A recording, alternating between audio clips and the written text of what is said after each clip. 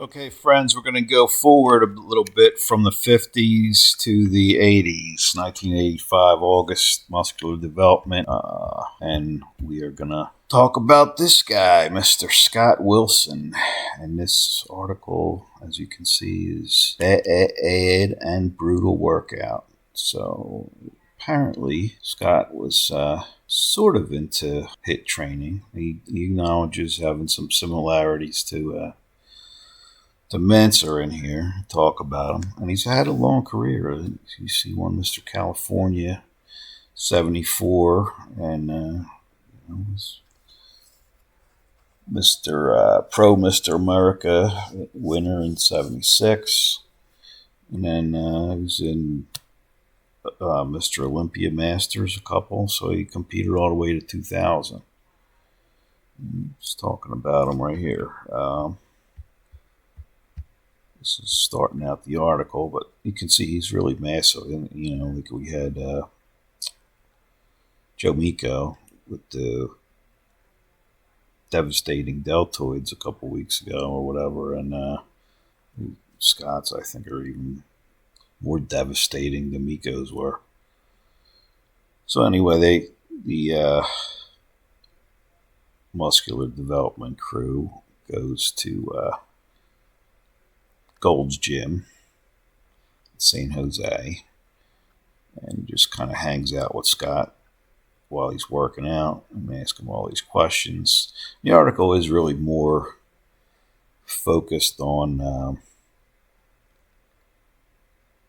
the technical details and of the way he trains, not just he does 3 sets of 6 or of this or whatever. He doesn't really talk too much about those little details, but he talks about the general things like slow negatives, working the negative hard, mentions that, which of course is sort of a Menser thing, and he talks about that he likes having a good partner because they can help you do force reps and negatives.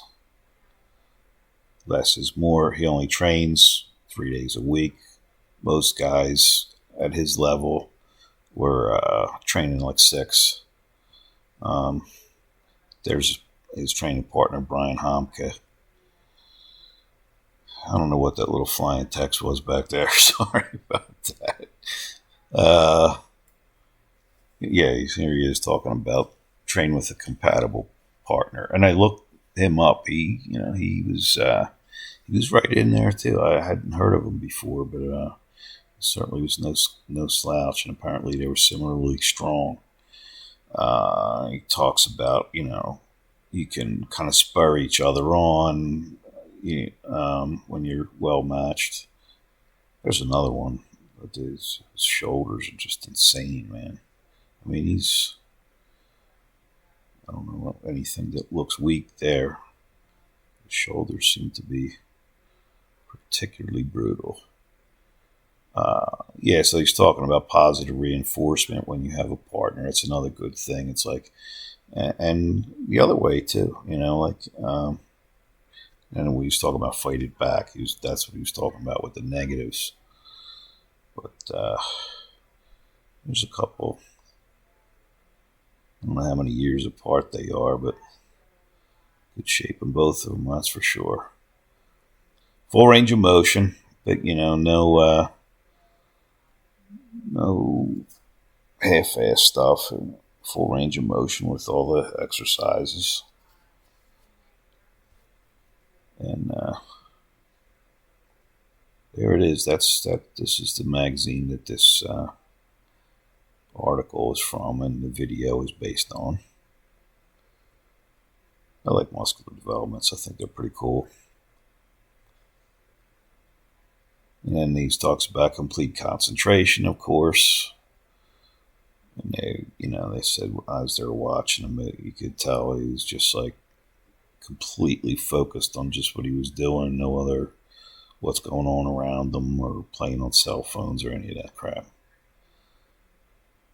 And you got to it's 100% work, when you're in the gym. That's what he's emphasizing again. You're there to work. If you're especially if you're trying to be on his level, a pro bodybuilder. You're there for 2.5 hours, 3 days a week. You got to put in your work when you're there. You can't play around. And then here, pain but not strain. So, there's a difference between, if you're working out hard, it's going to hurt a little bit. But you kind of, after a while, you get to know the difference between, what's hurt and what's really just normal training pain. So these are the exercises in their, as you can see, shoulder, back, and chest routine. I'm not sure how leg extensions ended up in there, but they did somehow in the pictures. So, but those are all the exercises. And, and again, here he talks about variety. And he said, though he put that routine, he said he changes the routine up every, at least a couple of months or so. Tricep extensions.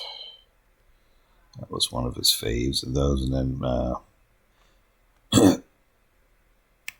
concentration curls. He doesn't say he does them in a superset, but it did mention in the article that they pretty much just move nonstop from one thing to the next. It's it's hardcore. Incline barbell press, of course. Looks like he's got some decent weight on there. Incidentally, he did do some powerlifting, which we'll mention later.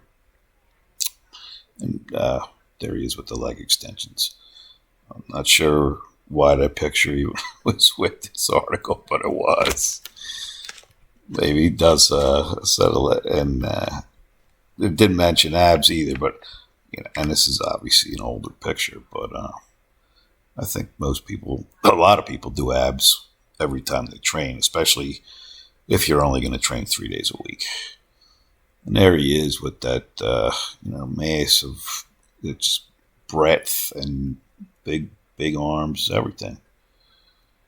And he talks about, Haney, Beckles, Platts, Callender, Wilcox are all the people he was competing with in those days.